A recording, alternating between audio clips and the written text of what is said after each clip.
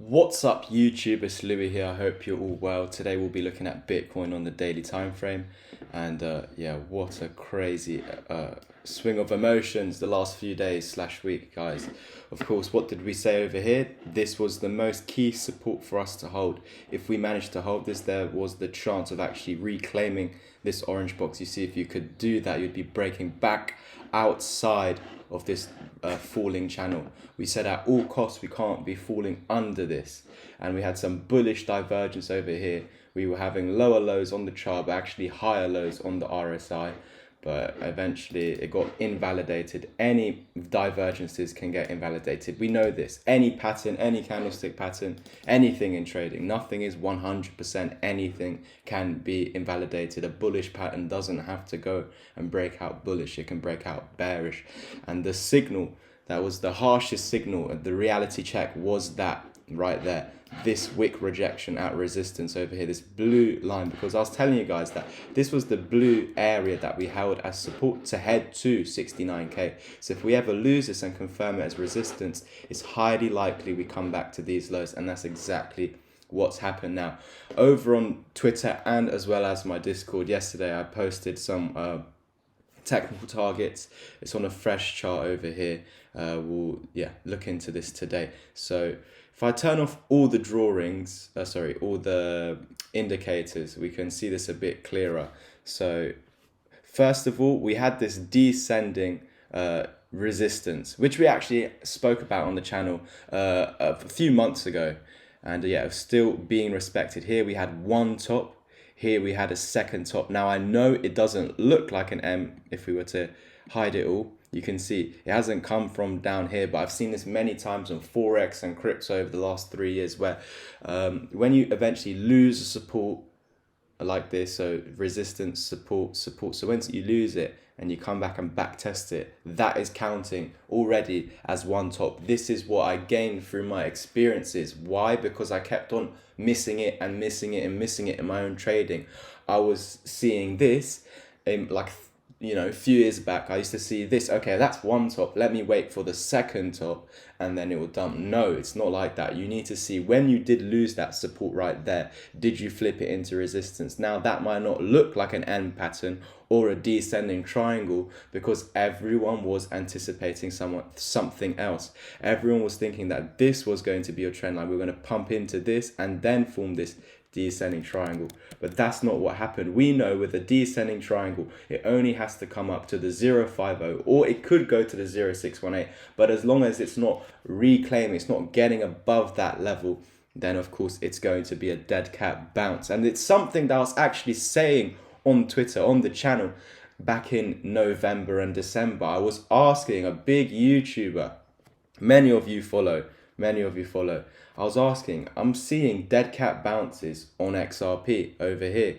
You can see you dumped, you retraced, and then you can see, where did you retrace to? To the golden pocket, but failed to go above it. I think we saw it on VeChain as well, where we dumped, retraced to the golden pocket, which is this golden line. We got above it, but couldn't stay above it. Dead cat bounce. We were seeing this on Chainlink as well. If we find a link for you, they're right there. So I was asking, I'll name him because no shame, my Coins Kid. I was asking because, I've been doing it for 3 years now, and I've never had really someone to look up to for guidance. All my friends that I've taught and all these YouTube people that follow me on YouTube, they always look up to me, but I never really had that person that I, had constant contact with. Yes, I had my mentor, but once the lessons were done, that's done for, So I didn't have the benefits that so many of you have, as we're friends, so many of you can talk to me, or the community on YouTube is just amazing. And nice to see everyone talking in the comments and always trying to reply to as many comments as possible. So please leave a comment down below, obviously leave a like, and of course subscribe. So I asked CoinsKid, I know Bitcoin is the only chart that truly matters, and Bitcoin didn't do the dead cat bounce. It actually made a new higher high. And so did Ethereum. It made a new higher high after the May dip. But your other coins, like your XRP over here, dead cat bounce, like your VeChain, dead cat bounce, like your Chainlink, dead cat bounce, and like your Beat Pro, dead cat bounce over here. So I was asking on Twitter, everyone, I know the only chart that really matters is Bitcoin, and obviously ETH controls the alts.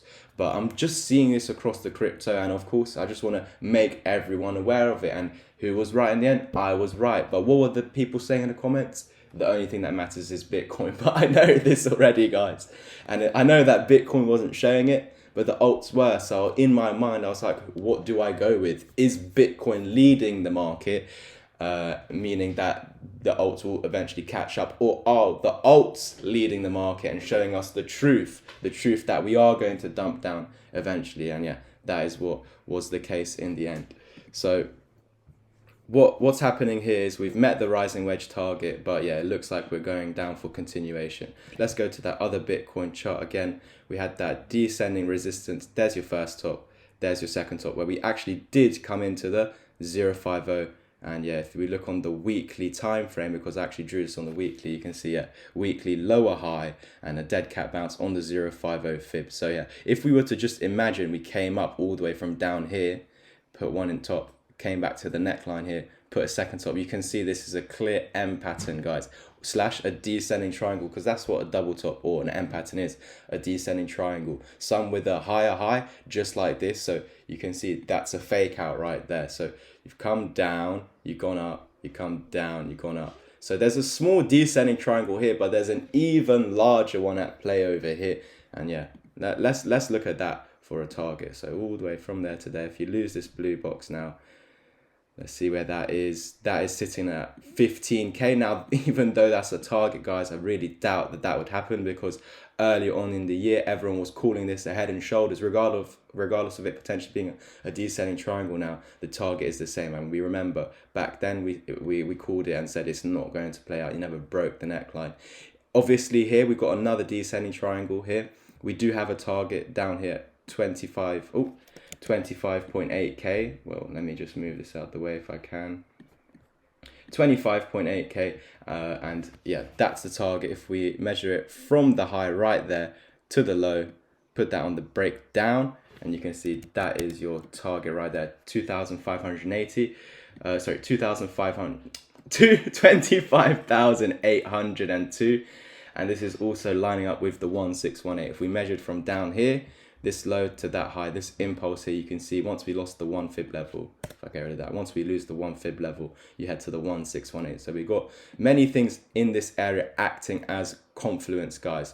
What else am I going to bring to your attention? So I had to change the chart because that other chart did not include the 200 weekly, but you can see the 200 weekly is slightly above our 1618 target, and that 25,800 target is currently sitting at about 27k. And then we've got the monthly time frame as well, the 55 EMA, and we know as the months go by, this drags up. When we were down here, everyone was calling for 15k. The bottom was 15k, so we know that wasn't possible, because you wouldn't just dump down today in 1 month. And yeah, now we had that 15k target back then anyway, and you see it did not play out.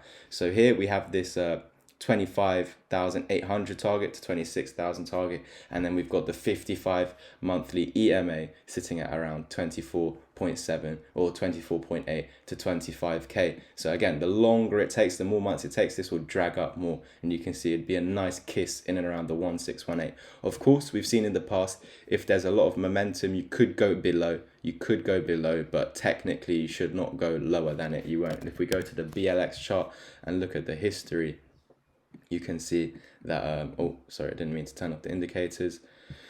Sorry. This is future charting.